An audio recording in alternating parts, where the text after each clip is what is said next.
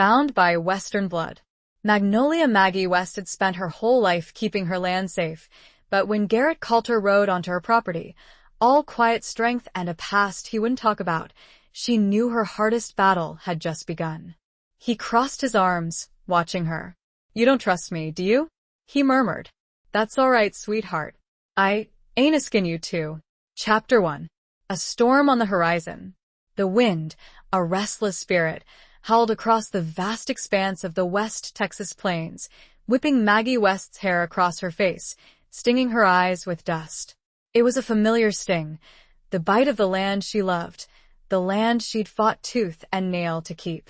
62 years, and the ranch was as much a part of her as her own weathered hands, as the lines etched around her eyes, each one a testament to a battle fought, a hardship endured. The sky, usually a brilliant, aching blue, was now a bruised purple, swollen with the threat of a coming storm. It mirrored the turmoil in her own heart, a brewing unease that had settled over her like a shroud these past few weeks. She squinted, her gaze fixed on the horizon, where the distant rumble of thunder echoed the anxieties she tried to suppress. Her ranch, the Double Diamond, sprawled before her, a testament to her family's legacy, a legacy she was now solely responsible for. Her brother, Thomas, bless his restless soul, had gone chasing gold up north 3 years prior, leaving her with a promise to return and a mountain of responsibility. He hadn't. Only silence and the gnawing fear that he'd met a fate as harsh as the land itself. Maggie tightened her grip on the worn leather reins of her horse, a sturdy Appaloosa named Dakota. The horse shifted beneath her, sensing her unease. "Easy, girl," she murmured, her voice rough from years of shouting over wind and cattle. Just the wind playing its tricks. But it wasn't just the wind. It was the letter, tucked safely in the pocket of her worn denim jacket, a letter that had arrived 2 days ago, bearing news that threatened to shatter the fragile peace she'd so carefully constructed. A bank in Abilene, claiming Thomas had defaulted on a substantial loan, a loan Maggie knew nothing about. They were threatening foreclosure. The thought sent a cold shiver down her spine, despite the oppressive heat that still clung to the air, even as the storm approached. The Double Diamond wasn't just land, it was her lifeblood, her history. Her father, a man as tough and unforgiving as the Texas sun, had carved it out of nothing, and her mother, with her gentle strength, had made it a home. Losing it, the thought was unbearable. She spurred Dakota forward, urging the horse towards the distant cluster of buildings that marked the heart of the ranch. The wind picked up, carrying with it the scent of rain and dust, a familiar, comforting smell that usually soothed her. But tonight, it only heightened her anxiety. As she rode, she scanned the landscape, her eyes searching for any sign of trouble. Cattle rustlers, wolves, the occasional drifter looking for a handout, these were the usual concerns. But the bank, that was a different kind of predator, one she wasn't sure she could fight. The main house, a sturdy 2-story structure built of sandstone and weathered wood, stood silhouetted against the darkening sky. Smoke curled from the chimney, a beacon in the gathering gloom. Her foreman, Jedediah, a man as loyal and dependable as the sunrise, would be inside, probably poring over accounts, his brow furrowed in that familiar way. He was the closest thing she had to family now, a constant presence in her life since she was a girl. He had taught her everything which her father was too busy, too proud to teach. As she approached the house, she saw a figure emerge from the barn, tall and lean, silhouetted against the fading light. Jedediah. He raised a hand in greeting, his weathered face creased in a familiar smile. But even from this distance, Maggie could sense the tension in his posture, the worry in his eyes. He knew about the letter. She'd shared the burden with him, knowing she couldn't face it alone. "Storm's comin', Maggie," he called out, his voice barely audible above the wind. "Gonna be a rough one." "I know, Jed," she replied, dismounting and handing Dakota's reins to a young ranch hand who appeared from the shadows. "Let's get the stock secured." And Jed, she paused, her voice dropping to a whisper. "We need to talk." He nodded, his gaze meeting hers, understanding flickering in his eyes. They walked towards the house together, the wind whipping around them, the first fat raindrops beginning to fall, splattering on the dry earth like tears. The storm had arrived, both outside and within. And Maggie knew, with a sinking heart, that this was just the beginning. She had to do something. She wasn't going to lose her home. Not without a fight, a serious fight. She glanced, for a moment, at the darkening sky, then down at her hands. A fight was exactly what she was prepared to give. The storm outside seemed to carry a threat, a challenge. But also, strangely, a promise. Chapter 2. The stranger's arrival. The aroma of strong coffee and frying bacon filled the kitchen, a comforting counterpoint to the storm raging outside. Maggie sat at the long, wooden table, her hands wrapped around a steaming mug, the warmth seeping into her chilled fingers. Jedediah sat opposite her, his weathered face etched with concern. The letter from the bank lay between them, a stark white rectangle against the dark wood, a silent accusation. "I don't understand it, Jed," Maggie said, her voice low and tight. "Thomas wouldn't have, he couldn't have taken out such a large loan without telling me." Jedediah sighed, running a hand through his thinning gray hair. "He was always one for big dreams, Maggie. Maybe he thought he'd strike it rich, pay it back before you even knew. But gold? Up north? He knew this ranch was everything to him, to us." Her voice cracked with a mixture of anger and despair. "He knew," Jedediah agreed softly. "But sometimes a man gets caught up in things. Gets desperate." Maggie stared down at her coffee, the dark liquid swirling like her thoughts. Desperate? Was that what had driven her brother to risk everything? Or was there something else, something she didn't know? A secret debt, a hidden gamble? The questions circled in her mind, unanswered, adding to the weight of her worry. Suddenly, a loud knock echoed through the house, startling them both. The storm had muffled the sound of any approach. Jedediah rose, his hand instinctively reaching for the rifle leaning against the wall. "Stay here," he muttered, his voice grim. Maggie nodded, her heart pounding in her chest. Who would be out in this weather? Travelers rarely passed this way, and the nearest town was a day's ride. As Jedediah cautiously opened the door, a gust of wind and rain swept into the hallway, carrying with it the scent of wet leather, and something else, something wild and untamed. A figure stood silhouetted in the doorway, tall and broad-shouldered, his face obscured by the shadows of his wide-brimmed hat. Rainwater dripped from the brim, creating a small puddle on the wooden floor. He was dressed in worn denim and leather, a rifle slung over his shoulder, a pistol holstered at his hip. A stranger. "Evening," the stranger said, his voice deep and resonant, with a hint of a drawl that spoke of distant lands. "My horse threw a shoe. Saw your light. Hoping I could find some shelter for the night." Jedediah remained wary, his hand still near his rifle. "This ain't a hotel, mister."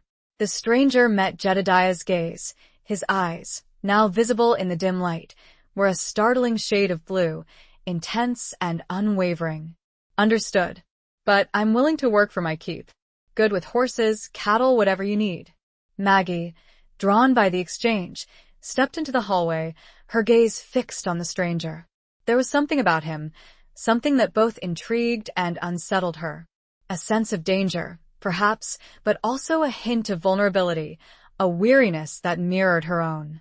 "Let him in, Jed," she said, her voice surprisingly steady. "He can stay in the bunkhouse." Jedediah looked at her, his eyebrows raised in surprise, but he didn't argue. He knew Maggie's instincts were usually sharp, and he trusted her judgment, even when he didn't fully understand it. The stranger stepped inside, removing his hat and shaking the rain from it. His hair was dark, almost black, and damp from the storm, curling slightly around his ears. He was younger than she'd first thought, maybe mid-30s, but his face was weathered, lined with experience, etched with a story he wasn't telling. "Thank you, ma'am," he said, his gaze meeting Maggie's. "I appreciate it." "I'm Maggie West," she said, extending her hand. "This is Jedediah, my foreman." He took her hand, his grip firm and warm, sending a surprising jolt of awareness through her. Garrett Coulter, he said, his voice a low rumble that seemed to vibrate through the room. His name, like his presence, was both familiar and foreign, stirring something within her that she couldn't quite name. A sense of unease, yes, but also a flicker of something else, something akin to hope. A dangerous hope, perhaps, but hope nonetheless. As the storm raged outside, Maggie couldn't shake the feeling that Garrett Coulter's arrival was more than just chance. It was a turning point, a twist of fate. And she had a feeling her life, already on the brink of upheaval, was about to change in ways she couldn't yet imagine. The air itself seemed to crackle with an unspoken energy, a tension that was both unsettling and alluring. Chapter 3. Shadows of the Past. The bunkhouse was a simple, rustic structure, smelling of hay, leather, and the faint scent of old sweat. Garrett Coulter stood by the small, iron stove, warming his hands, the flickering flames casting dancing shadows on his face.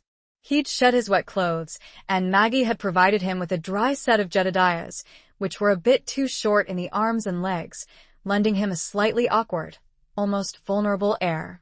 It was a stark contrast to the imposing figure he'd cut in the doorway earlier. Maggie watched him from the doorway, a lantern in her hand, casting a warm, golden glow over the room. She'd brought him a plate of leftover stew and a thick slice of cornbread, which he devoured with a quiet intensity that spoke of hunger, both physical and perhaps something deeper. "Thank you for the meal, ma'am," he said, his voice softer now, the hard edges smoothed by the warmth of the food and the fire. "And for the shelter." "You're welcome, Mr. Coulter," she replied, her voice still carrying a note of reserve. She set the lantern down on a rough-hewn table, the light illuminating the sparse furnishings, a few narrow cots, a couple of rickety chairs, a worn saddle resting in the corner. "Jedediah tells me you're good with horses." "I am," he said, turning to face her, his blue eyes meeting hers in the flickering light. "Been around them my whole life." "Where's your life been, Mr. Coulter?" She asked the question blunt, but she needed to know. Trust was a precious commodity on the frontier, and she couldn't afford to offer it blindly. He hesitated for a moment, his gaze shifting away, a shadow crossing his face. "Here and there," he said vaguely. "Drifting mostly." "Drifting from what?" Maggie pressed, her instincts telling her there was more to his story than he was letting on. He looked back at her, a flicker of something defiance, perhaps, or pain in his eyes. "From trouble mostly," he admitted, his voice low. "The kind that follows a man, no matter how far he rides." Maggie felt a chill run down her spine, despite the warmth of the stove. Trouble. She'd had her share of it, and she knew it came in many forms. But there was something different about this man, something that suggested his trouble ran deeper than most. "What kind of trouble, Mr. Coulter?" she asked, her voice barely a whisper. He didn't answer for a long moment, his gaze fixed on the flames, as if searching for answers in their dancing patterns. The silence stretched between them, thick with unspoken words, with the weight of his hidden past. Finally, he looked up, his eyes meeting hers again, and she saw a flicker of vulnerability, a hint of the man beneath the guarded exterior. "The kind that leaves scars," he said softly. "The kind you can't outrun." Maggie understood scars. She had her own, both visible and invisible, etched into her heart by loss and hardship. She saw the same pain reflected in his eyes, a shared understanding that transcended words. "We all have scars, Mr. Coulter," she said, her voice softening. "It's how we carry them that matters." He nodded, a faint smile touching his lips, a smile that didn't quite reach his eyes. "You're a wise woman, Maggie West." "I'm a survivor," she corrected, her voice firm. "And this ranch, this is my survival. I won't let anything or anyone take it from me." The statement hung in the air, a challenge, a declaration of intent. Garrett Coulter met her gaze, his eyes holding a newfound respect, a hint of admiration. "I understand," he said quietly, "and I wouldn't expect anything less." He turned back to the stove, his back to her, but Maggie didn't leave. She stood there, watching him, her mind racing. She didn't trust him, not entirely. But she also couldn't deny the pull she felt towards him, the sense of connection that had sparked between them, despite the shadows that surrounded him.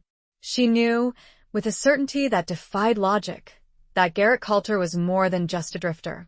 He was a man with a past that was somehow intertwined with her own future. And as the storm continued to rage outside, she couldn't shake the feeling that his arrival was not just a coincidence, but a harbinger of things to come, a catalyst for a change she couldn't yet foresee. The silence, though filled with the crackling of the fire and the drumming of the rain, felt heavier now, pregnant with unspoken truths and the promise of a dawn that might bring either salvation or destruction. Chapter 4. Under a Watchful Eye. The next morning dawned clear and crisp, the storm having washed the world clean. The air was fresh, carrying the scent of damp earth and the sweet fragrance of wildflowers blooming in the wake of the rain. Maggie stood on the porch of the main house, sipping her coffee, watching Garrett Coulter work with the horses in the corral. He moved with a grace and confidence that belied his earlier awkwardness in Jedediah's oversized clothes. He had a natural way with the animals, a quiet understanding that seemed to calm even the most skittish colts. He worked without speaking, his hands gentle but firm, his body language communicating a silent language that the horses seemed to respond to.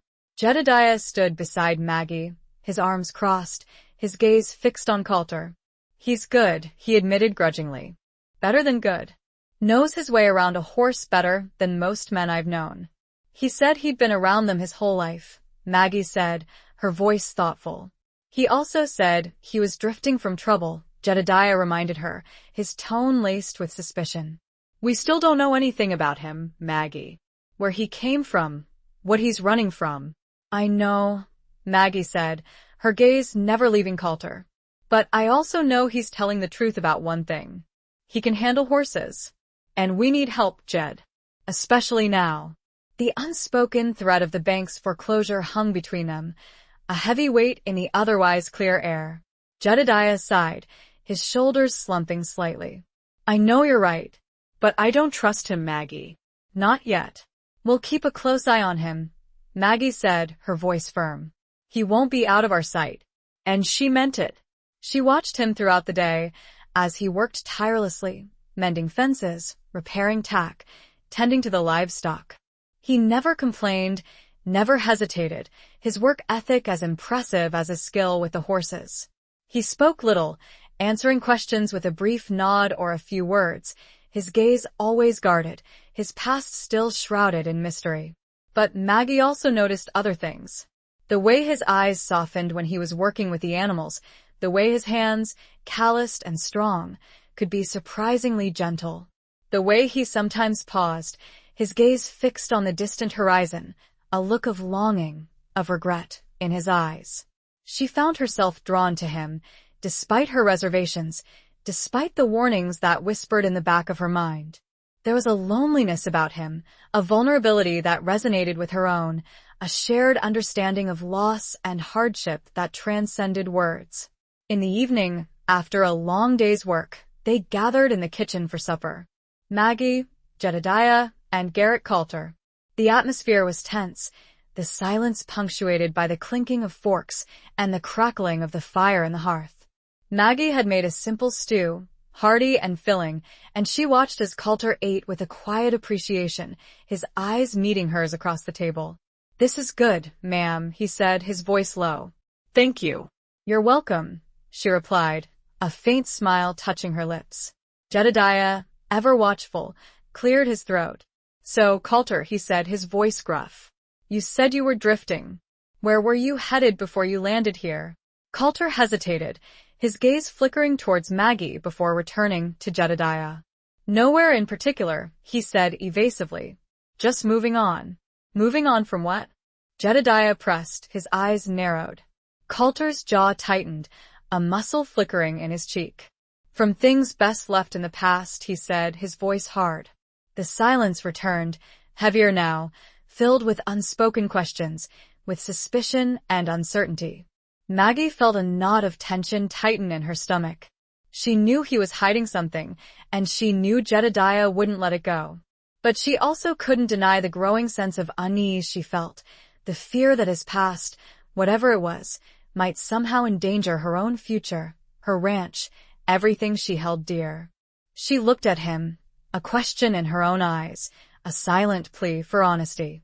But his gaze remained guarded, his secrets locked away, hidden behind a wall of silence.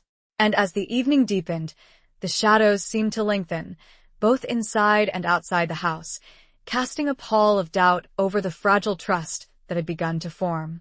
The quiet of the ranch, usually so comforting, felt oppressive tonight, heavy with the weight of unspoken words and the looming threat of the unknown. Chapter 5. The Weight of Silence.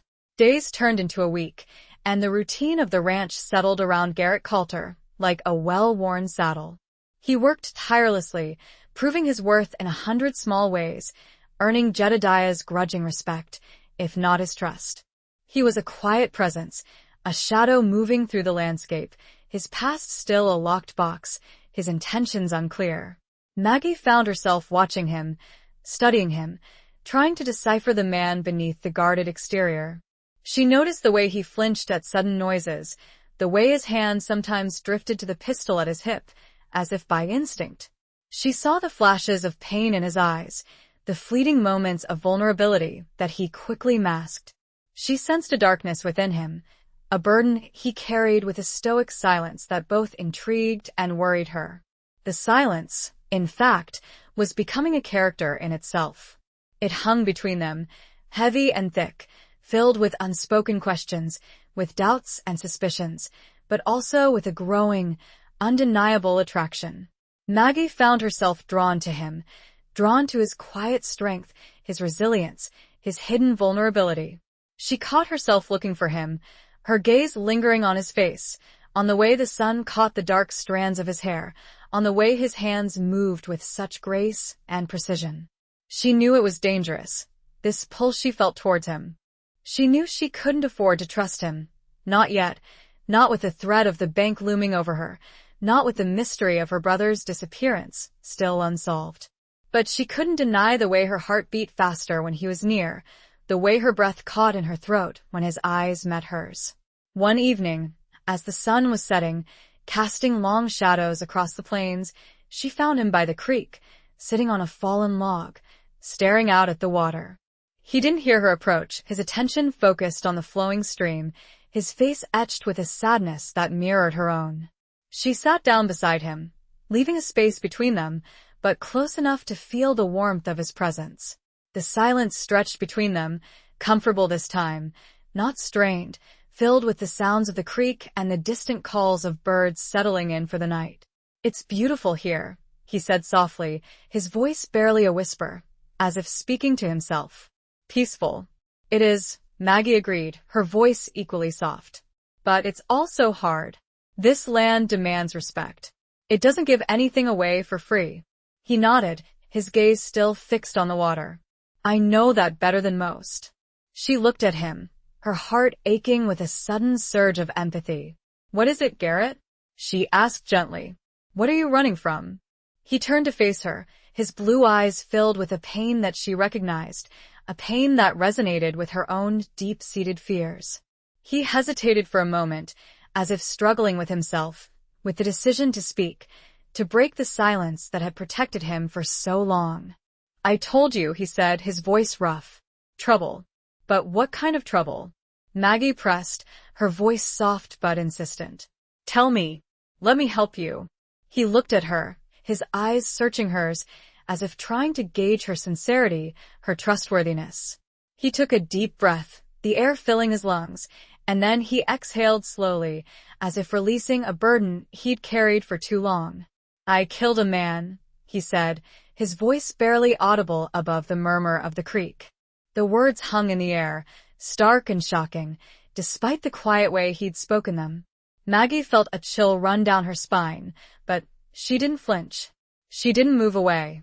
She simply looked at him, her gaze unwavering, waiting for him to continue. He closed his eyes for a moment, his face etched with pain, with regret. It was a murder," he said, his voice strained. "It was self-defense. But it doesn't matter. His family, they're powerful. They're hunting me." He opened his eyes, his gaze locking with hers, and she saw the fear, the desperation, the exhaustion that he'd been hiding for so long. And in that moment, she knew she had a choice to make. She could turn him away, send him back into the darkness, protect herself and her ranch from the danger he represented. Or she could trust her instincts, trust the connection she felt with him, and offer him the help he so desperately needed. The weight of that choice pressed down on her, heavy and suffocating. But as she looked into his eyes, she knew what she had to do. The silence, once a barrier, now felt like a shared secret, a bond forged in the crucible of pain and the fragile hope of redemption. The setting sun painted the sky in hues of orange and purple, a breathtaking backdrop to the confession that had just changed everything. Chapter 6. Whispers in the Wind. Maggie didn't speak for a long moment, letting his confession settle, the weight of his words hanging heavy in the twilight air. The creek murmured, the wind whispered through the tall grass, and the distant cry of a hawk echoed across the plains. The natural world continued its rhythm, indifferent to the human drama unfolding beside the water. "Tell me everything," she said finally, her voice calm and steady, betraying none of the turmoil she felt inside. And he did. He told her about the man he'd killed, a wealthy rancher's son, a bully, a drunkard who'd tried to force himself on a young woman in a saloon. Garrett had intervened, a fight had ensued, and the man had ended up dead, a knife in his chest. It had been ruled self-defense, but the rancher, a man named Silas Thornton, had vowed revenge, accusing Garrett of murder, putting a price on his head. He spoke in a low, monotone voice, as if reciting a well-rehearsed story, a story he'd told himself countless times, trying to make sense of it, trying to justify his actions. But beneath the surface, Maggie heard the tremor of fear, the undercurrent of regret, the exhaustion of a man who'd been running for too long. "I didn't mean to kill him," he said, his voice cracking slightly. I wanted to stop him. I wanted to protect her." "I believe you," Maggie said, her voice firm. And she did. She saw the truth in his eyes, the sincerity in his voice. She knew what it was like to be driven to desperate measures, to protect what you loved, to fight for what was right. He looked at her, his eyes filled with a mixture of surprise and gratitude. "Thank you," he whispered, "for believing me." "But the Thorntons," Maggie began. "What about the bounty on your head?" She remembered the stories that circulated through the territory, the tales of brutal justice and relentless vengeance. He shook his head. "I've been careful. Changing my name. Moving on when things get too hot." He rubbed a hand across his face wearily. "But they're like the desert wind. You can only avoid them for so long." A shiver ran through Maggie. She knew the Thorntons' reputation. They were powerful, ruthless, and unforgiving. If they found out Garrett was here, the thought sent a wave of fear through her, not just for him, but for herself, for her ranch, for everything she'd worked so hard to protect. "They can't know you're here," she said, her voice tight with anxiety. "We have to be careful." "I know," he said, his gaze meeting hers. "I won't put you in danger, Maggie. I'll leave if I have to." "No," she said, surprising herself with the vehemence of her response. "You can stay. For now. We'll figure something out." She didn't know what that something was, but she couldn't send him away, not now, not after he'd entrusted her with his secret, with his vulnerability. She felt a responsibility towards him, a connection that went beyond logic, beyond reason. They sat in silence for a while longer, the darkness gathering around them, the stars beginning to appear in the vast, open sky. The wind picked up, carrying with it the scent of the distant mountains, the whispers of the past, the uncertainties of the future. As they walked back to the house, Maggie couldn't shake the feeling of unease that had settled over her. She knew she was taking a risk, a huge risk, harboring a wanted man, defying the powerful Thorntons. But she also knew she couldn't turn her back on him, not now. She had made a choice driven by instinct, by compassion, by a growing sense of connection that she couldn't deny. And as she glanced at Garrett, walking beside her, his face shadowed in the moonlight, she knew that their fates were now intertwined, for better or for worse.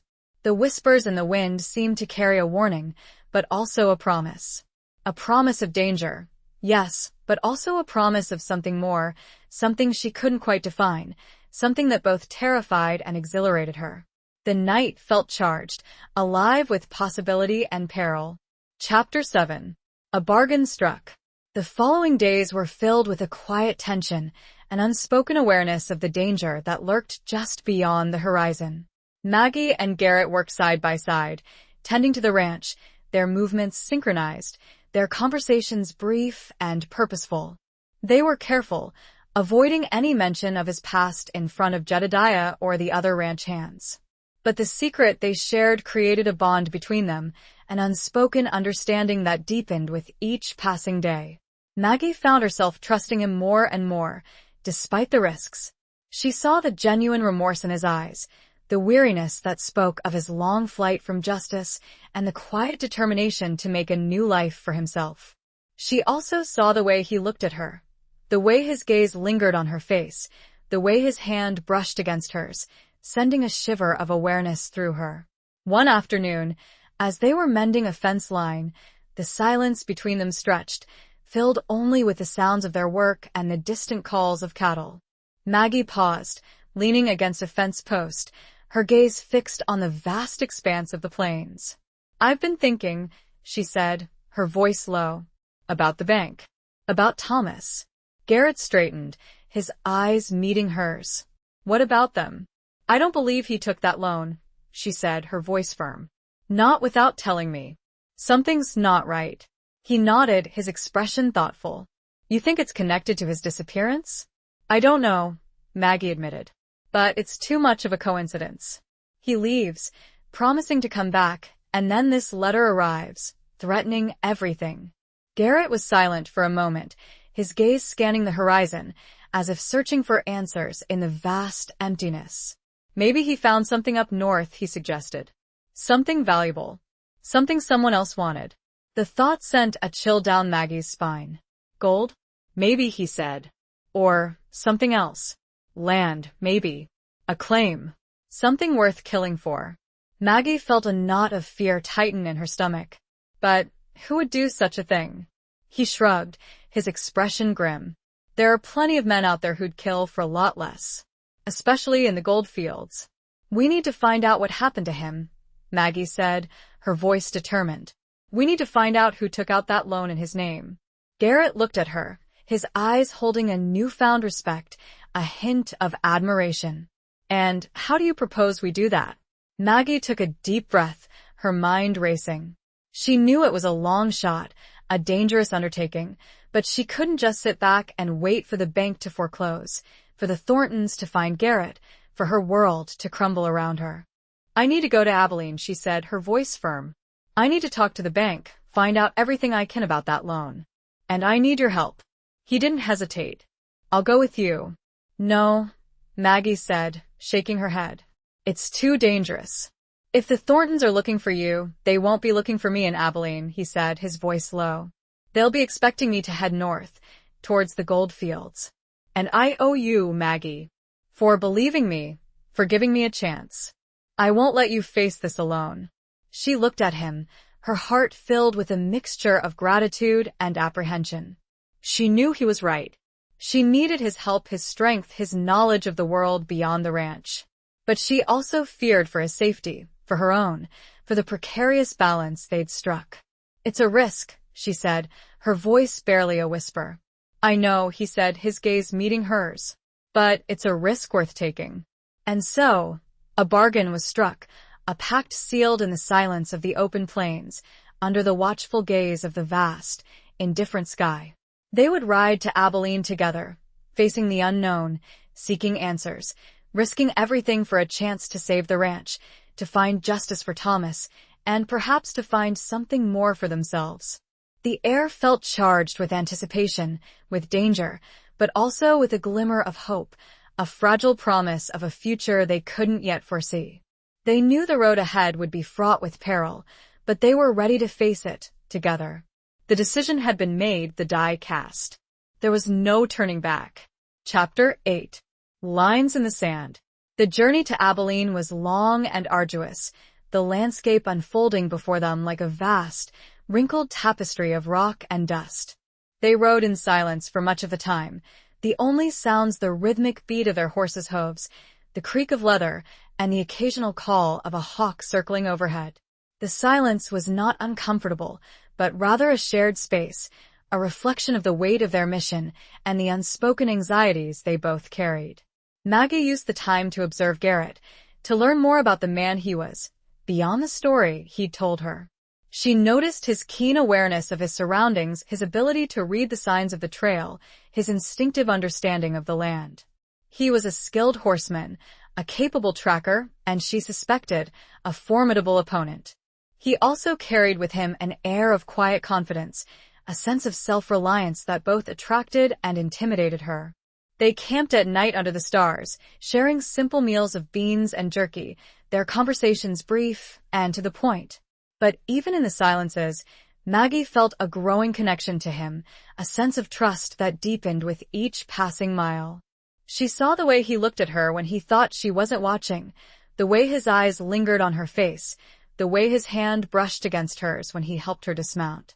One evening, as they were setting up camp, Garrett spoke, breaking the silence that had settled between them. "You're quiet, Maggie," he said, his voice low. "What are you thinking?" Maggie looked at him, her eyes meeting his in the flickering light of the campfire. "I'm thinking about Thomas," she said, her voice laced with sadness. "About what might have happened to him." Garrett nodded, his expression somber. "I know. It's hard not knowing." "He was all I had left," Maggie said, her voice cracking slightly. "After my parents, after the ranch, he was my family." Garrett reached out, his hand covering hers, his touch sending a jolt of warmth through her. "You're not alone, Maggie," he said softly. "You have Jedediah. And you have me."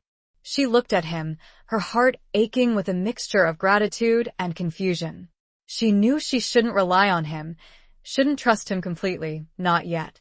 But she couldn't deny the comfort she found in his presence, the sense of security he offered, the way he made her feel less alone.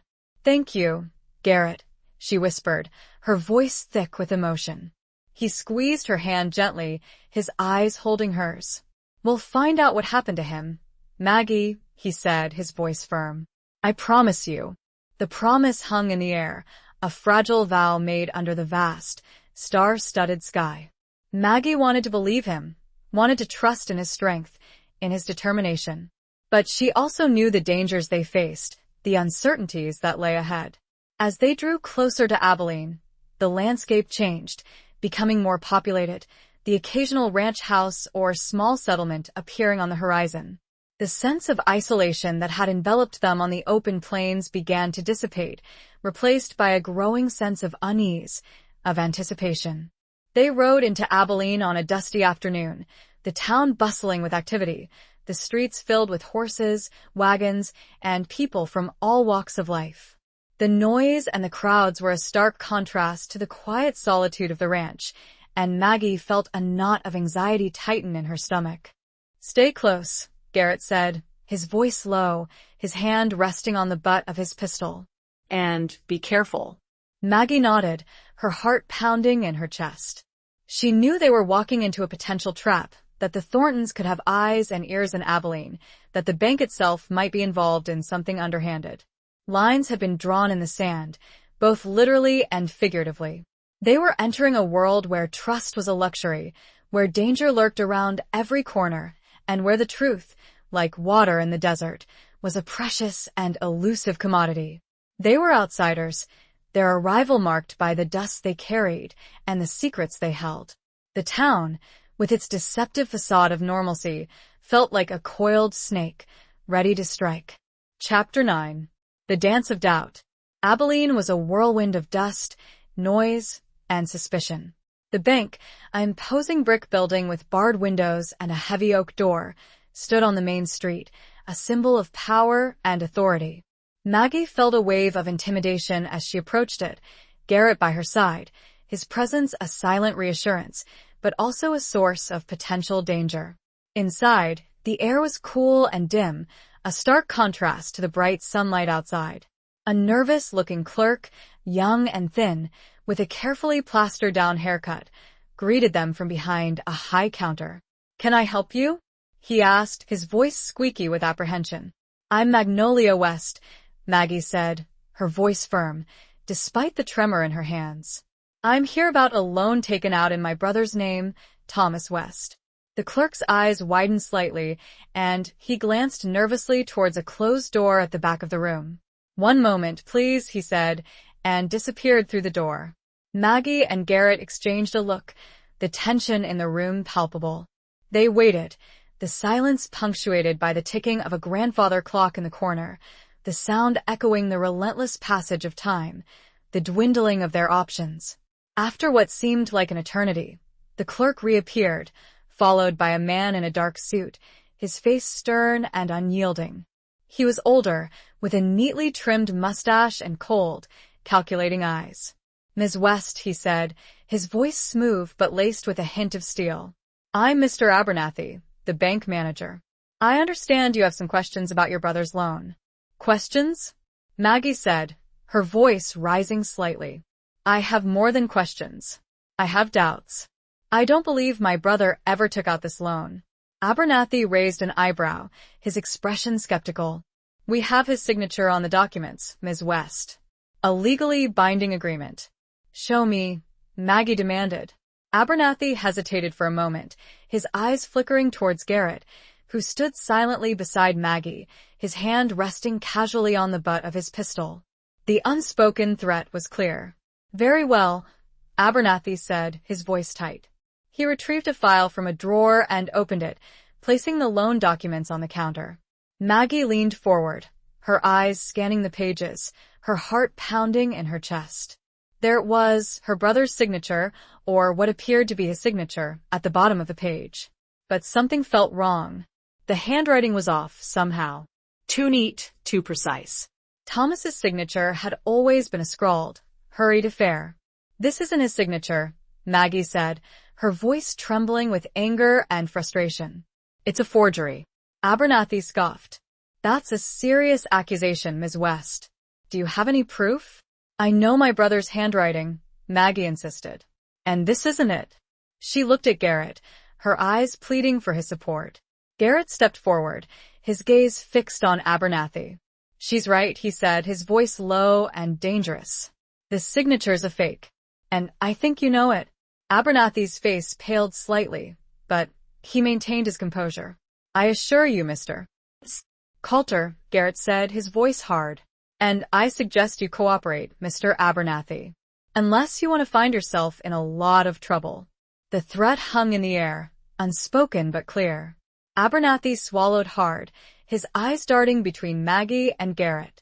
He was clearly caught in a lie, trapped between his own deception and the very real danger that Garrett represented. "I don't know anything about a forgery," Abernathy stammered. "I just processed the paperwork."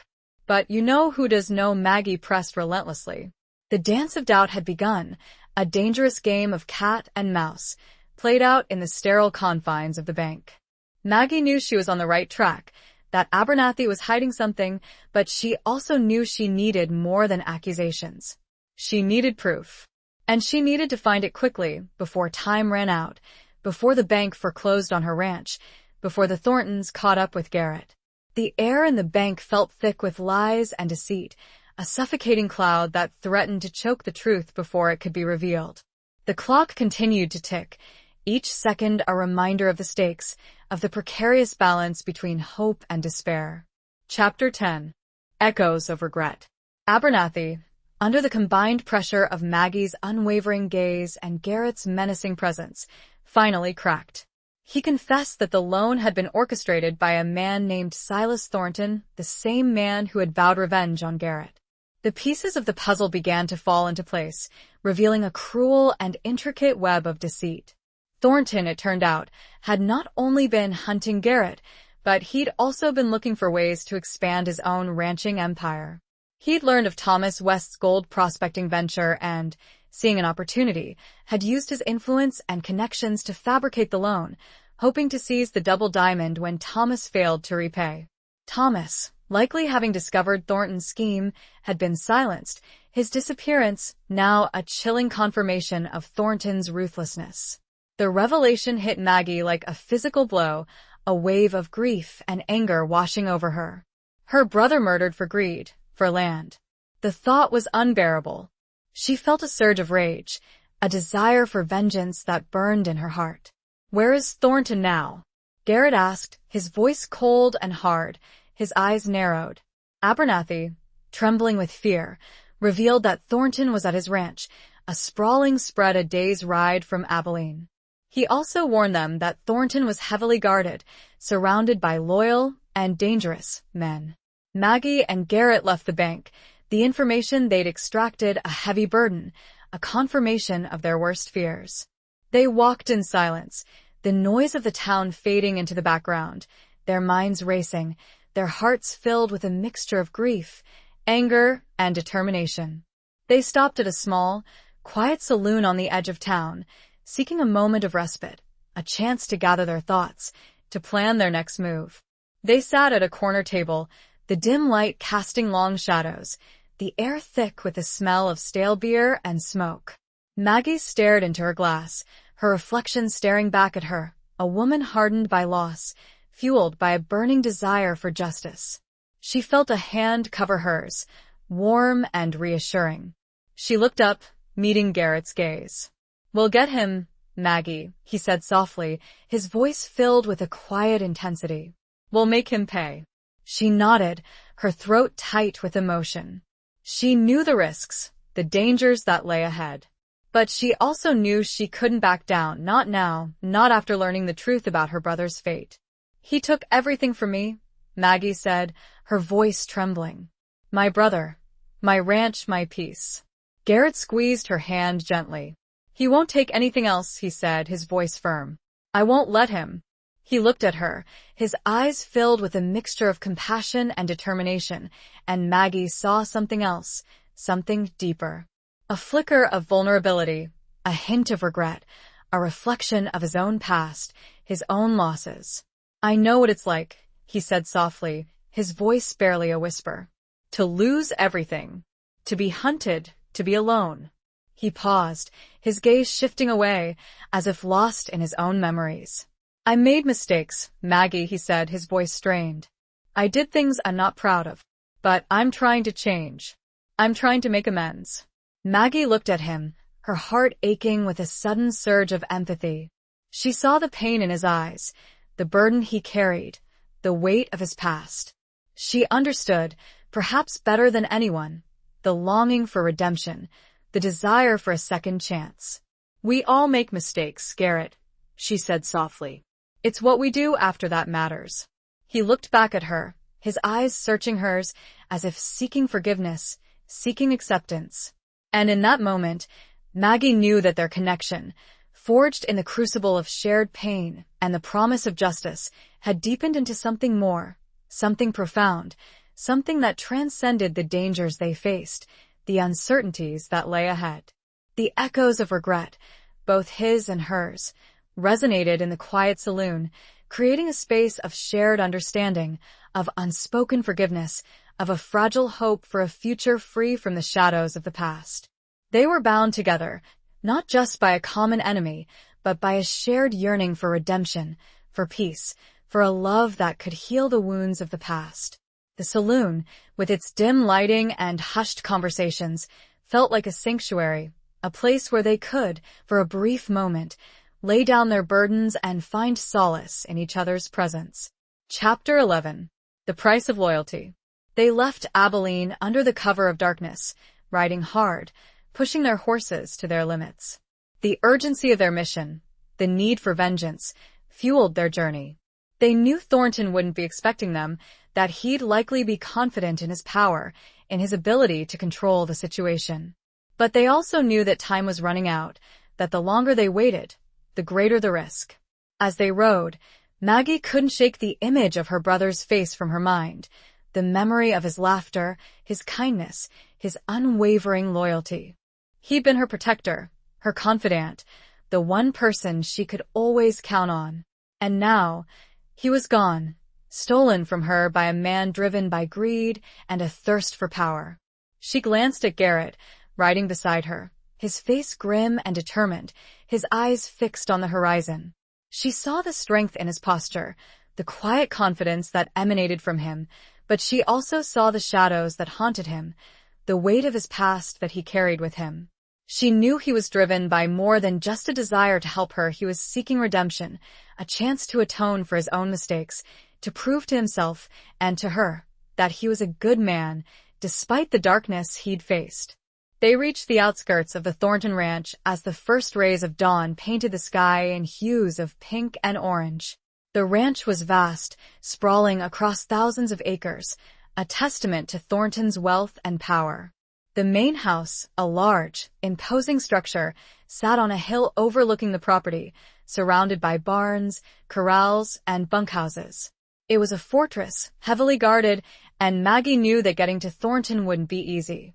"We need a plan," she said, her voice low, her heart pounding in her chest. Garrett nodded, his eyes scanning the landscape, assessing the situation. "We can't just ride in their guns blazing," he said. "We'd be outnumbered, outgunned. We could try to sneak in," Maggie suggested. "Find Thornton, take him by surprise." Garrett considered the option, his brow furrowed in thought. "It's risky," he said, "but it might be our best chance." They discussed the possibilities, weighing the risks and benefits of each approach. They knew that failure was not an option, that the price of failure would be their lives, their freedom, everything they held dear. As they were planning, they heard the sound of approaching horses, the thud of hooves on the dry earth. They quickly dismounted, leading their horses into a thicket of trees, concealing themselves from view. A group of riders, 5 in total, emerged from the direction of the Thornton Ranch. They were heavily armed, their faces grim and hardened, their eyes scanning the landscape. They were clearly Thornton's men, patrolling the perimeter, guarding against any potential threat. Maggie and Garrett watched them from their hiding place, their hearts pounding in their chests. They knew that if they were discovered, they'd be outnumbered, outgunned, and likely killed. The riders passed by, their voices carrying on the wind, their words unintelligible. Maggie and Garrett remained hidden, silent, waiting for them to disappear from sight.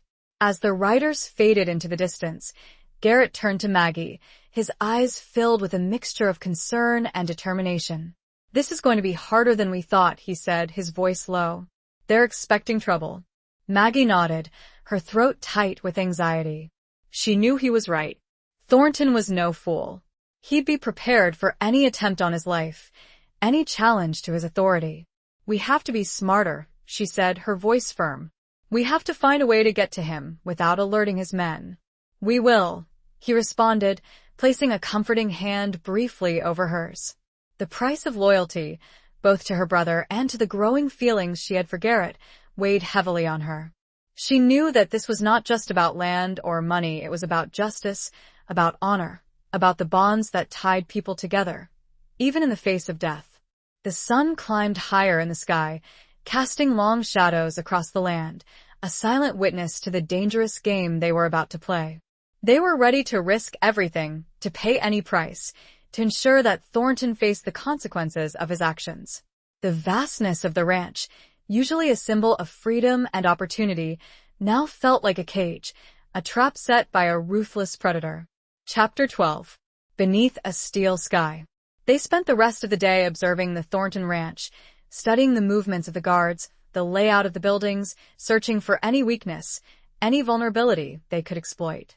Garrett's experience as a hunted man proved invaluable. He knew how to move unseen, how to anticipate the actions of his pursuers, how to blend into the shadows. As evening approached, they finalized their plan. It was risky, audacious, and relied on a combination of stealth, timing, and luck. But it was their best chance, their only chance, to get to Thornton without alerting his entire army of hired guns. Under the cover of darkness, they crept closer to the ranch, moving like shadows through the tall grass, their hearts pounding in their chests. The sky above was a steel gray, devoid of stars, the moon hidden behind a thick layer of clouds. The darkness was their ally, concealing their movements, but it also amplified the sounds of the night, the rustling of the wind, the distant howls of coyotes, the creaking of the ranch buildings. Their plan was simple, yet fraught with peril. Maggie, using her knowledge of ranch life, would approach the main house, posing as a lost traveler seeking shelter. Her familiarity with the customs and routines of ranching communities would, they hoped, disarm any initial suspicion. Meanwhile, Garrett would circle around to the back, using his stealth and agility to slip past the guards and gain access to the house through a less guarded entrance. Maggie approached the front door, her heart hammering against her ribs. She knocked, the sound echoing in the stillness of the night. A gruff voice called out from within. "Who's there?" "My name is Martha," Maggie said, using a false name, her voice trembling slightly, but maintaining a semblance of calm. "I'm traveling to Abilene, and my horse went lame. I saw your light. I was hoping I could find some shelter for the night." There was a moment of silence, followed by the sound of heavy footsteps approaching the door. The door creaked open, revealing a burly man with a weathered face and suspicious eyes. He held a lantern in one hand, a rifle in the other. "We don't take in strangers," he said gruffly, his gaze sweeping over Maggie, assessing her from head to toe. "Please," Maggie said, her voice pleading. "I'm tired and hungry. I'm willing to work for my keep. I'm good with horses, cooking anything you need." The man hesitated, his eyes still filled with suspicion, but Maggie's desperate plea, her seemingly harmless appearance, seemed to sway him. He glanced back into the house, as if seeking confirmation from someone inside. "All right," he said finally, his voice still gruff. "But you'll sleep in the barn. And you'll be out of here at first light." "Thank you," Maggie said, her voice filled with relief. "Thank you so much." The man stepped aside, allowing Maggie to enter the house. The interior was dimly lit, the air thick with the smell of wood smoke and stale coffee. Maggie followed the man through the hallway, her eyes darting around, searching for any sign of Thornton, any indication of Garrett's presence. Meanwhile, Garrett had successfully navigated the perimeter of the ranch, slipping past the guards with the skill of a seasoned predator. He moved like a ghost, his footsteps silent, his body blending into the shadows. He reached the back of the house, finding a small, unlocked window that led into the kitchen. He carefully opened the window and slipped inside, his senses on high alert. The kitchen was dark and empty, the only sound the ticking of a clock on the wall. Garrett moved silently through the room, his hand resting on the butt of his pistol, his eyes scanning the shadows, his ears straining for any sign of movement. He knew that one wrong step, one creaking floorboard, could alert the guards and ruin their plan. He knew he had to find Maggie and Thornton before it was too late. The steel sky above seemed to press down on the ranch, amplifying the tension, the danger, the sense of impending confrontation. The house itself felt like a living entity, holding its breath, waiting for the inevitable clash between justice and vengeance. Chapter 13. The Unveiling. Maggie followed the guard through the house, her senses on high alert. She passed several closed doors, hearing muffled voices from within, the clinking of glasses, the occasional burst of laughter. She knew Thornton was somewhere in the house, surrounded by his men, celebrating his ill-gotten gains, unaware of the danger that was closing in. The guard led her to a small room at the back of the house, likely a pantry or a storage room. "Stay here," he said gruffly. "Don't make any noise. And don't even think about leaving until morning." He closed the door, the sound of the lock clicking echoing in the silence. Maggie was alone, trapped, but also closer to her goal. She waited, listening, her heart pounding in her chest. She heard the guard's footsteps receding down the hallway, the sound fading into the distance. She cautiously opened the door, peering out into the hallway. It was empty, dimly lit by a single flickering lantern. She slipped out of the room, moving silently along the hallway, her ears straining for any sound, any indication of Thornton's whereabouts. She heard voices coming from a room at the end of the hallway, the door slightly ajar. She crept closer, her hand reaching for the small pistol she'd concealed beneath her shawl. She peered through the crack in the door, her eyes widening in surprise. Garrett was there, standing in the middle of the room, facing Thornton, who was seated at a large desk, his face contorted in anger and disbelief. Several other men were in the room, armed and dangerous, but they were frozen in place, stunned by Garrett's sudden appearance, by the cold determination in his eyes. "You!" Thornton snarled, his voice filled with venom. "I should have known." "It's over, Thornton," Garrett said, his voice calm and steady, his pistol aimed directly at Thornton's chest. "It's time to pay for what you've done." Thornton laughed, a harsh, mocking sound. "You think you can take me?" he said. "You're outnumbered, outgunned." "Maybe," Garrett said, his voice unwavering. "But I only need one bullet." Maggie, seeing her chance, burst into the room, her own pistol drawn, her eyes fixed on Thornton. "He's not alone," she said, her voice trembling with a mixture of fear and determination. The guards in the room hesitated, uncertain what to do, caught between their loyalty to Thornton and the very real threat that Maggie and Garrett represented. The tension in the room was palpable, a thick, suffocating cloud of fear and anticipation. "You're going to pay for what you did to my brother," Maggie said, her voice choked with emotion. "You're going to pay for everything." Thornton's eyes narrowed, his gaze shifting between Maggie and Garrett. He saw the hatred in their eyes, the unwavering determination, and he knew that he was cornered, that his carefully constructed world was about to come crashing down around him. "This isn't over," he said, his voice defiant, but his eyes betraying a flicker of fear. "It is," Garrett said, his voice cold and hard. "It ends tonight." The unveiling was complete. The truth, long hidden in the shadows, was now exposed, laid bare in the flickering lamplight. The confrontation was inevitable, the culmination of a long and arduous journey, a battle between justice and vengeance, between good and evil. The room felt charged with energy, the air crackling with anticipation, with the promise of violence, with the final reckoning. The faces of the men in the room were a mixture of fear, anger, and uncertainty, reflecting the chaotic emotions that swirled within the confines of the Thornton Ranch house. Chapter 14. Scars of the Heart. A tense standoff ensued, the silence broken only by the crackling of the fire in the hearth and the heavy breathing of the men in the room. Garrett and Maggie stood their ground, their pistols trained on Thornton, their eyes unwavering, their determination absolute. Thornton's men hesitated, caught between their loyalty to their employer and the very real threat of death. Suddenly, Thornton lunged for a drawer in his desk, his hand reaching for a weapon. Garrett reacted instantly, firing his pistol, the shot echoing through the room. Thornton cried out in pain, clutching his arm, his face contorted in agony. The sound of the gunshot shattered the stalemate, triggering a chaotic melee. Thornton's men, galvanized into action, drew their weapons and opened fire. Maggie and Garrett returned fire, ducking for cover behind furniture, their movements swift and practiced. The room erupted in a cacophony of gunfire, the air filled with the smell of gunpowder and the screams of men. Maggie fired her pistol, hitting one of Thornton's men in the shoulder, sending him sprawling to the floor.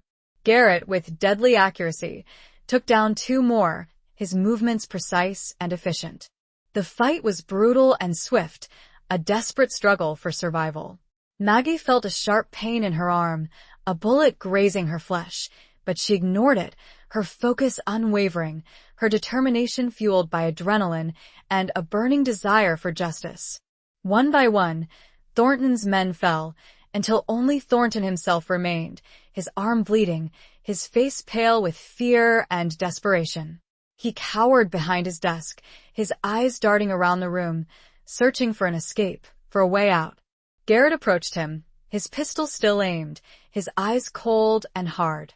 "It's over, Thornton," he said, his voice devoid of emotion. "You're finished." Thornton looked up at him, his eyes filled with hatred and defiance. "You'll never get away with this," he snarled. "My family, they'll hunt you down." "Let them come," Garrett said, his voice unwavering. "I'm not afraid of them."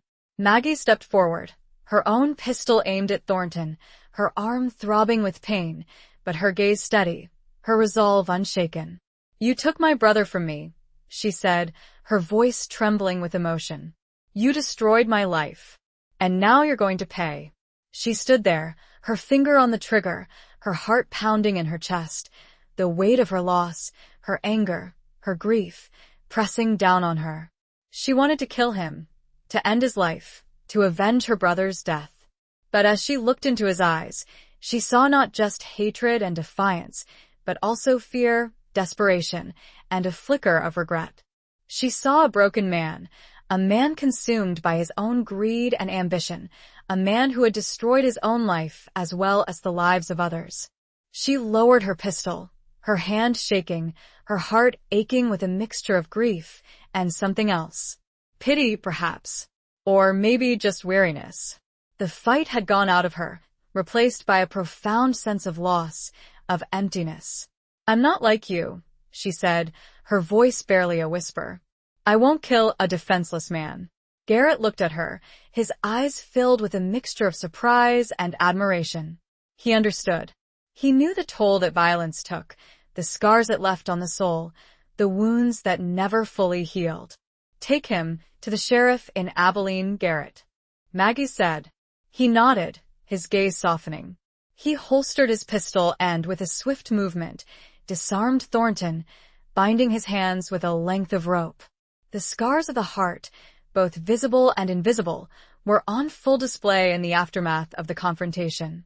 The room, once a symbol of Thornton's power and wealth, was now a scene of devastation, a testament to the destructive nature of greed and vengeance. Maggie and Garrett, battered but unbowed, had faced their demons, had confronted the darkness, and had emerged, not unscathed, but stronger, their bond forged in the crucible of violence and the shared burden of their pasts. The silence that followed the storm of gunfire was heavy, filled with the echoes of pain, the weight of loss, and the fragile hope of healing. Chapter 15. A glimmer of hope. The ride back to Abilene was subdued. Thornton, bound and defeated, slumped in his saddle, his arrogance and defiance replaced by a sullen silence. Maggie rode beside Garrett, her arm bandaged, her body aching, her mind reeling from the events of the past few days. She glanced at Garrett, his face etched with fatigue, but also with a sense of peace. He'd faced his demons, had confronted the man who'd haunted his past, and had emerged victorious. He'd also shown her a different kind of strength, a strength that came not from violence, but from compassion, from a refusal to succumb to the darkness that had threatened to consume him. "Thank you," Maggie said softly, her voice filled with gratitude. "For everything." Garrett looked at her, his eyes meeting hers, a faint smile touching his lips. "You saved me too, Maggie," he said, his voice low. "You reminded me that there's still good in the world, that there's still something worth fighting for." She smiled back, a genuine smile, the first one in days. She felt a warmth spread through her, a sense of hope that she hadn't felt in a long time. She knew the road ahead wouldn't be easy, that there would be challenges to face, wounds to heal, but she also knew that she wasn't alone. She had Garrett, and she had herself, her strength, her resilience, her unwavering spirit. They arrived in Abilene as the sun was setting, casting a golden glow over the town. They delivered Thornton to the sheriff, a grizzled old man with weary eyes and a no-nonsense demeanor. The sheriff listened to their story, his expression grim, his gaze fixed on Thornton, who remained silent, his head bowed in defeat. "He'll stand trial," the sheriff said, his voice firm. "And he'll pay for his crimes." Maggie and Garrett left the sheriff's office, feeling a sense of closure, a sense of justice served. But they also knew that the legal proceedings would be long and arduous, that Thornton's family would likely try to intervene, to use their wealth and influence to protect him. They walked to the hotel, their steps slow and weary, their bodies aching from the long ride and the violent confrontation. They checked into separate rooms, the silence between them comfortable now, filled with a shared understanding, a bond forged in the crucible of shared experience.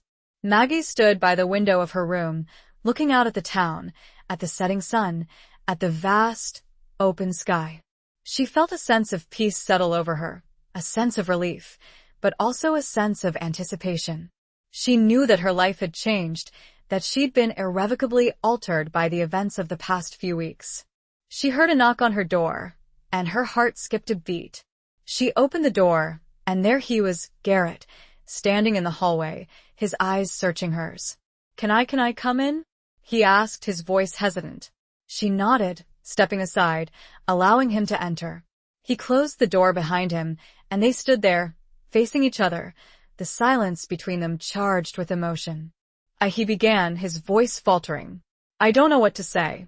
"You don't have to say anything," Maggie said softly, her voice trembling slightly.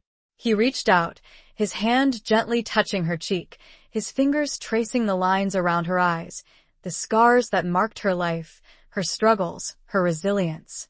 "You're beautiful, Maggie," he said, his voice low and husky. "Inside and out." She looked at him, her eyes filling with tears, tears of grief, of relief, of something else. Something she hadn't dared to hope for, something she'd thought she'd lost forever. Love. He leaned in, his lips brushing against hers, a tentative touch, a gentle exploration. She responded, her arms wrapping around his neck, her body pressing against his, her heart beating in time with his. The kiss deepened, a passionate embrace, a merging of two souls, two hearts, two lives that had been scarred by loss and hardship, but that had found solace and hope in each other's arms. A glimmer of hope, fragile but real, had emerged from the darkness, a promise of a future filled with love, with healing, with a second chance at happiness. The room, with its simple furnishings and the fading light filtering through the window, felt like a sanctuary, a place where they could finally let go of their fears, their doubts, their regrets, and embrace the possibility of a new beginning. Chapter 16. The Turning Tide.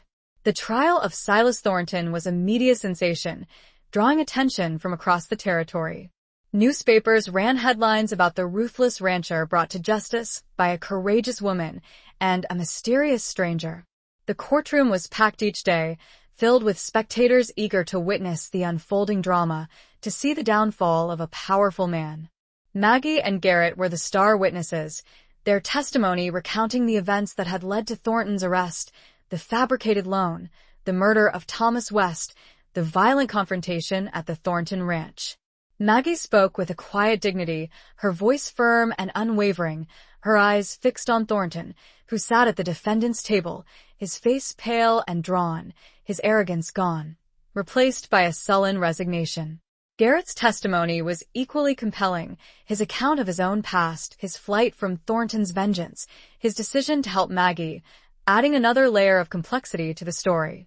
He spoke with a quiet intensity, his voice filled with a mixture of regret and determination, his eyes meeting Maggie's across the courtroom, a silent communication of support and something more.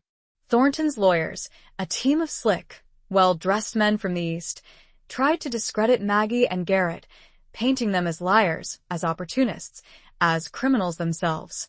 They questioned Maggie's motives, suggesting that she'd fabricated the story to gain control of the Double Diamond. They attacked Garrett's character, highlighting his past, his status as a wanted man, his involvement in a previous killing. But Maggie and Garrett stood firm, their testimony unwavering, their honesty and integrity shining through the lawyers' attempts to smear them. They had the truth on their side, and they had each other. A bond forged in adversity, a love that had blossomed in the midst of chaos and danger. The jury, a group of 12 men and women from all walks of life, listened intently to the evidence, their faces reflecting the gravity of the situation, the weight of their responsibility. They deliberated for 3 days, the tension in the courtroom mounting with each passing hour. Finally, they reached a verdict. Guilty. Thornton was found guilty of fraud, conspiracy, and accessory to murder. He was sentenced to life in prison, his reign of terror over, his power and influence shattered. Maggie felt a wave of relief wash over her, a sense of justice served, but also a profound sadness. The victory was bittersweet, a hollow triumph. Her brother was still gone, and nothing could bring him back. But as she looked at Garrett, standing beside her, his hand clasping hers, She felt a glimmer of hope, a sense of a new beginning. The tide had turned. The darkness that had enveloped her life for so long was beginning to recede, replaced by a faint light, a promise of a future filled with love, with healing, with the possibility of happiness. They left the courtroom together, hand in hand, walking out into the bright sunlight, the cheers of the crowd ringing in their ears. They were free, both of them, free from the threat of Thornton, free from the shadows of their pasts, free to build a new life together. The turning tide represented not just a legal victory, but a shift in their personal lives, a moment of liberation, and the promise of a brighter future. The courtroom, with its heavy atmosphere of legal battles and emotional confrontations, gave way to the open air, symbolizing a transition from confinement to freedom, from despair to hope. Chapter 17. A Reckoning. With Thornton behind bars, Maggie and Garrett returned to the Double Diamond. The ranch felt different now, lighter, the oppressive cloud of fear and uncertainty lifted. The news of Thornton's conviction had spread quickly, and the ranch hands, led by Jedediah, greeted them with cheers and open arms. Jedediah, his weathered face creased in a wide smile, clapped Garrett on the back, his earlier suspicion replaced by a grudging respect and a hint of relief. "You did good, Coulter," he said, his voice gruff but filled with genuine appreciation. "You saved the ranch. You saved Maggie." Garrett smiled, his eyes meeting Maggie's, a silent communication of shared victory, of a bond that had deepened through adversity. "We did it together," he said, his voice low. Maggie felt a warmth spread through her, a sense of belonging, of coming home. The ranch was more than just land and cattle, it was her family, her heritage, her life. And now it was also Garrett's. They spent the following days settling back into the routine of ranch life, working side by side, tending to the livestock, repairing fences, planning for the future. The work was hard, but it was satisfying, a tangible expression of their commitment to the land, to each other. But there was still one loose end to tie up, one final reckoning to face. Garrett's past. He was still a wanted man, even though the circumstances of the killing he'd committed were now known. He couldn't truly be free until that part of his life was resolved. Maggie knew what she had to do. She wrote a letter to the governor of the territory, explaining the full story of Garrett's past, his involvement with Thornton, his role in bringing a dangerous criminal to justice. She pleaded for clemency, for a pardon, for a chance for Garrett to start anew, to live without the shadow of his past hanging over him. She sent the letter, along with supporting documents, including the court transcripts from Thornton's trial, and waited, her heart filled with a mixture of hope and anxiety. The waiting was the hardest part, the uncertainty gnawing at her, the fear that her plea would be rejected, that Garrett would be forced to return to a life on the run, to a life of hiding and fear. Weeks turned into months, and still, there was no word from the governor. Maggie began to lose hope, her spirits sinking with each passing day. She tried to remain optimistic, to reassure Garrett, but she couldn't hide her own doubts, her own fears. One evening, as they were sitting on the porch of the main house, watching the sunset, a rider approached, a lone figure on horseback, silhouetted against the fiery sky. Maggie and Garrett watched him, their hearts pounding in their chests, a sense of anticipation, of dread, filling the air. The rider drew closer, and Maggie recognized him. It was a deputy sheriff from Abilene, a man she'd met during the trial. He dismounted, his face grim, his eyes avoiding Maggie's. "I have a message for Garrett Coulter," he said, his voice heavy. He handed Garrett a sealed envelope, bearing the official seal of the governor's office. Garrett took the envelope, his hand trembling slightly. He looked at Maggie, his eyes filled with a mixture of fear and resignation. He knew what this was. It was the answer to their prayers, or the confirmation of their worst fears. He opened the envelope, his fingers fumbling with the seal. He unfolded the letter and began to read, his eyes scanning the page, his expression unreadable. The silence stretched between them, thick with tension, with anticipation, with the weight of their shared hopes and fears. Finally, he looked up, his eyes meeting Maggie's. A slow smile spread across his face, a smile of relief, of joy, of freedom. "It's a pardon," he said, his voice choked with emotion. "I'm free." Maggie felt a wave of relief wash over her, so intense that her knees almost buckled. She rushed into his arms, her tears flowing freely, tears of joy, of gratitude, of love. The reckoning had come, and it had brought not condemnation, but redemption. Garrett was free, truly free, to build a new life, to embrace a future filled with hope, with promise, with the love of the woman who had stood by him, who had believed in him, who had fought for him. The porch, with its view of the vast, open plains, became a stage for a scene of profound emotional release, a moment of triumph over adversity, a testament to the power of love and forgiveness. Chapter 18. The Bonds of Trust. With the pardon in hand, Garrett was no longer a man on the run, a shadow lurking in the fringes of society. He was Garrett Coulter, a free man, a respected member of the community, a partner in the Double Diamond Ranch. The transformation was profound, not just legally, but emotionally. He stood straighter, his eyes held a newfound light, his smile was more frequent, more genuine. The bonds of trust between Maggie and Garrett, forged in the crucible of danger and adversity, deepened into something stronger, something more enduring. They were no longer just partners in a desperate fight for survival, they were partners in life, in love, in the shared dream of building a future together. They spent their days working side by side, tending to the ranch, their movements synchronized, their conversations filled with a comfortable ease, a shared understanding that transcended words. They rode the range together, checking on the cattle, mending fences, their laughter echoing across the vast, open plains. They shared meals in the kitchen, their hands brushing, their eyes meeting, their hearts beating in time with each other. One evening, as they were sitting on the porch, watching the stars appear in the vast, darkening sky, Garrett spoke, his voice low and filled with emotion.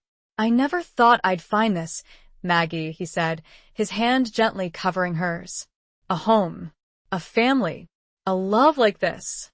Maggie looked at him, her eyes filled with tears, tears of joy, of gratitude. "Me neither, Garrett," she said, her voice trembling slightly. "I thought I'd lost everything, that I'd be alone forever." He squeezed her hand, his eyes holding hers. "You'll never be alone again, Maggie," he said, his voice firm. "I promise you." She leaned her head against his shoulder, her body pressing against his, feeling the warmth of his presence, the strength of his embrace. She felt safe, secure, loved. She'd found her home, her family, her happiness, in the arms of this man, this unlikely hero, this man who had come into her life like a storm and had calmed the tempest within her soul.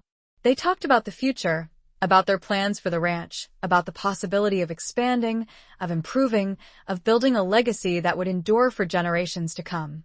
They also talked about Thomas, about honoring his memory, about ensuring that his sacrifice had not been in vain. They decided to erect a memorial to Thomas, a simple stone marker on a hill overlooking the ranch, a place where they could go to remember him, to honor his life, to grieve his loss. They held a small ceremony, just Maggie, Garrett, and Jedediah, their voices choked with emotion, their hearts filled with a mixture of sadness and gratitude. As the days turned into weeks, and the weeks into months, the Double Diamond flourished. The ranch hands, inspired by Maggie and Garrett's leadership, worked with a renewed energy, a sense of pride in their work, in their contribution to the success of the ranch. The cattle thrived, the fences were strong, the buildings were repaired, the land itself seemed to breathe a sigh of relief, of rejuvenation. The bonds of trust extended beyond Maggie and Garrett, encompassing the entire ranch community. They were a family, bound together by shared labor, by mutual respect, by a common love for the land, for the life they had chosen. The ranch, once a place of fear and uncertainty, had become a haven, a sanctuary, a testament to the power of love, of forgiveness, of redemption. The porch, with its view of the rolling hills and the vast, open sky, became a symbol of their shared future, a place where they could dream and plan and love together. The vastness that had once symbolized loneliness and isolation now represented the boundless possibilities that lay ahead. Chapter 19. Facing the Dawn. One crisp autumn morning, as the sun was rising, painting the sky in hues of orange and gold, Maggie and Garrett stood on the porch of the main house, their arms wrapped around each other, their bodies close, their hearts filled with a quiet joy. They were watching the sunrise, a daily ritual, a shared moment of peace and reflection before the start of another busy day on the ranch. "It's beautiful, isn't it?" Maggie said softly, her voice filled with contentment. Garrett nodded, his gaze fixed on the horizon, his arm tightening around her waist. "Just like you," he said, his voice low and husky. She smiled, leaning her head against his shoulder, feeling the warmth of his body, the steady beat of his heart. She felt a sense of completeness, of belonging, of a love that had healed her wounds, that had filled the emptiness within her soul. "I was thinking," Garrett said, his voice thoughtful, "about the future. About us." Maggie looked up at him, her eyes meeting his, a question in her gaze. "What about us?" He took a deep breath, his eyes holding hers, a serious expression on his face. "I want to make it official, Maggie," he said, his voice firm. "I want to marry you. I want to spend the rest of my life with you." Maggie's heart skipped a beat, her breath catching in her throat. She'd dreamed of this moment, had hoped for it, but she'd never dared to believe it would actually happen. Tears welled up in her eyes, tears of joy, of gratitude, of overwhelming love. "Yes," she whispered, her voice choked with emotion. "Yes, Garrett. I'll marry you." He smiled, a radiant smile that lit up his face, his eyes sparkling with happiness. He leaned down, his lips meeting hers, a tender kiss, a promise of forever, a seal on their love.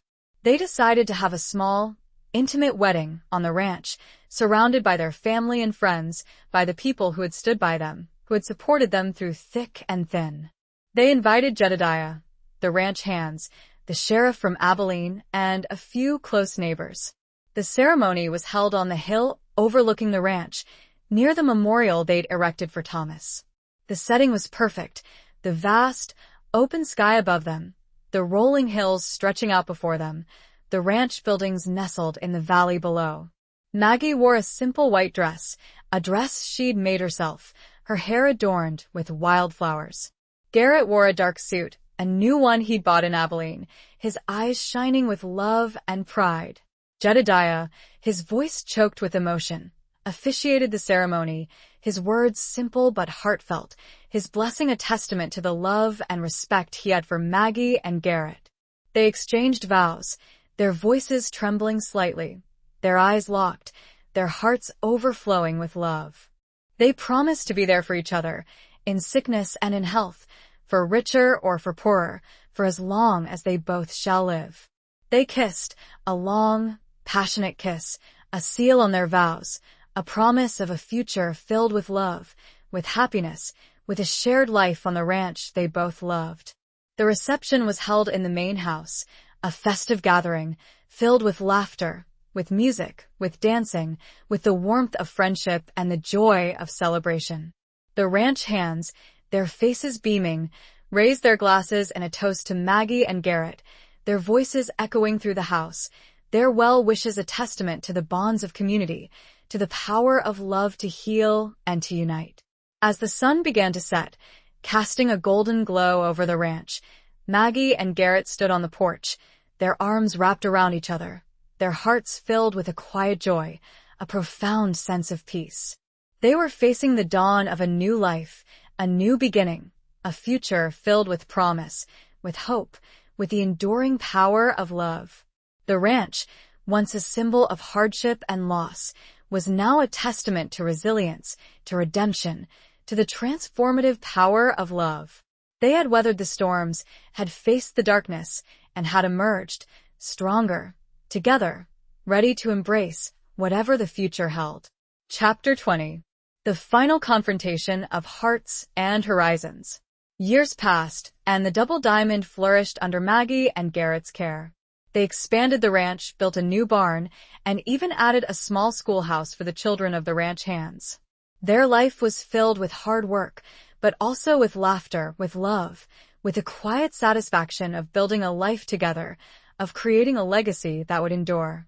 They had children, 2 sons and a daughter, who grew up strong and independent, imbued with the spirit of the frontier, with a love for the land, with a deep respect for family and community.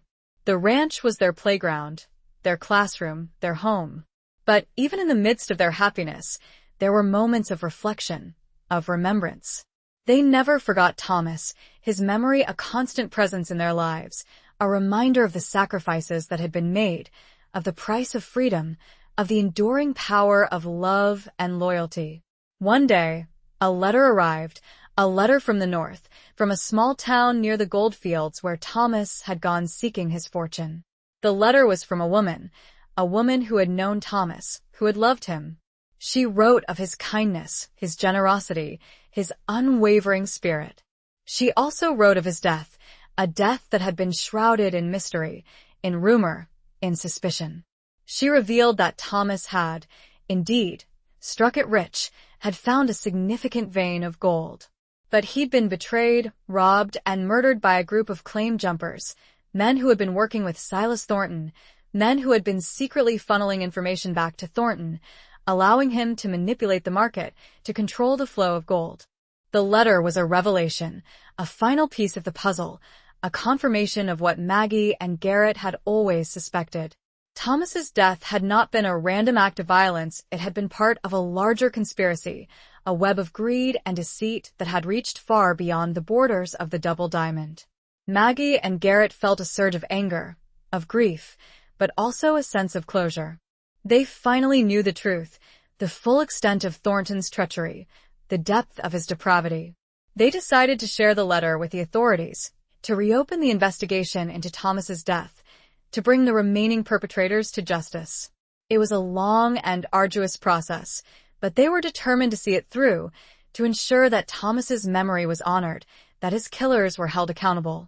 The investigation led to the arrest of several men who had been living under assumed names, men who had thought they'd escaped justice. They were brought to trial and convicted, their sentences adding another layer of closure to the long and painful saga of Thomas West's death. As Maggie and Garrett stood on the porch of the main house, watching the sunset, their children playing in the yard, their grandchildren now a joyful presence, they reflected on the journey they'd taken, the challenges they'd faced, the love they'd found. "It's been a long road, hasn't it?" Maggie said softly, her voice filled with a mixture of sadness and gratitude. Garrett nodded, his arm tightening around her waist. "But we made it," he said, his voice firm. "Together." She leaned her head against his shoulder, feeling the warmth of his body, the steady beat of his heart. She felt a sense of peace, of contentment, of a love that had endured, that had grown stronger with each passing year. The final confrontation had not been a physical battle, a clash of guns and wills. It had been a confrontation of hearts and horizons, a reckoning with the past, a facing of the truth, a final act of justice. It had been a journey of healing, of forgiveness, of redemption. And it had led them to this place, to this moment, to a life filled with love, with family, with the enduring beauty of the land they called home. The horizon, once a symbol of uncertainty and fear, now represented the boundless possibilities of their future, a future they would face together, hand in hand, heart to heart. The setting sun, a fiery spectacle of color and light, was a testament to the enduring power of love, to the promise of a new dawn, to the legacy they had built together. Epilogue. The years continued to roll by like tumbleweeds across the vast Texas plains. Maggie and Garrett, their hair now streaked with silver, their faces lined with the wisdom of age and experience, remained the heart and soul of the Double Diamond. The ranch continued to thrive, a testament to their hard work, their dedication, and their unwavering love for each other and the land. Their children grew up, married, and had children of their own, filling the ranch house with laughter, with the pitter-patter of little feet, with the joyful chaos of family life. The Double Diamond became a gathering place, a haven for generations, a place where stories were told, traditions were passed down, and the bonds of family were strengthened. Jedediah, his old bones creaking, but his spirit as strong as ever, remained a constant presence, a trusted advisor, a beloved member of the family. He'd often sit on the porch with Maggie and Garrett, sharing stories of the old days, his eyes twinkling with mischief and memory. One evening, as the sun was setting, casting a warm, golden glow over the ranch, Maggie and Garrett sat on the porch swing, their hands clasped together, their bodies close, their hearts filled with a quiet contentment. They were watching their grandchildren play in the yard, their laughter echoing across the plains, their energy boundless, their spirits free. "We did good, didn't we, Maggie?" Garrett said softly, his voice raspy with age, but filled with pride. Maggie smiled, her eyes meeting his, her heart overflowing with love.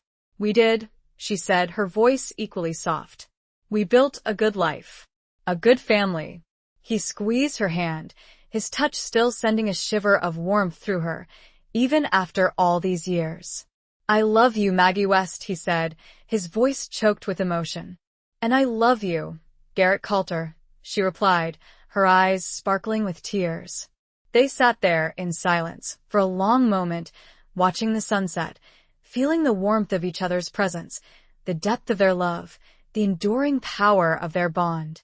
They had faced storms, had overcome challenges, had built a life that was a testament to their resilience, their courage, their unwavering commitment to each other. As the last rays of sunlight faded from the sky and the stars began to appear, Maggie leaned her head against Garrett's shoulder, her heart filled with a profound sense of peace, of gratitude, of a love that had spanned decades, that had weathered the storms of life, that had endured, strong and true, like the land they loved, like the legacy they had built together. The Double Diamond, once a symbol of hardship and loss, was now a beacon of hope, of family, of a love that would last forever.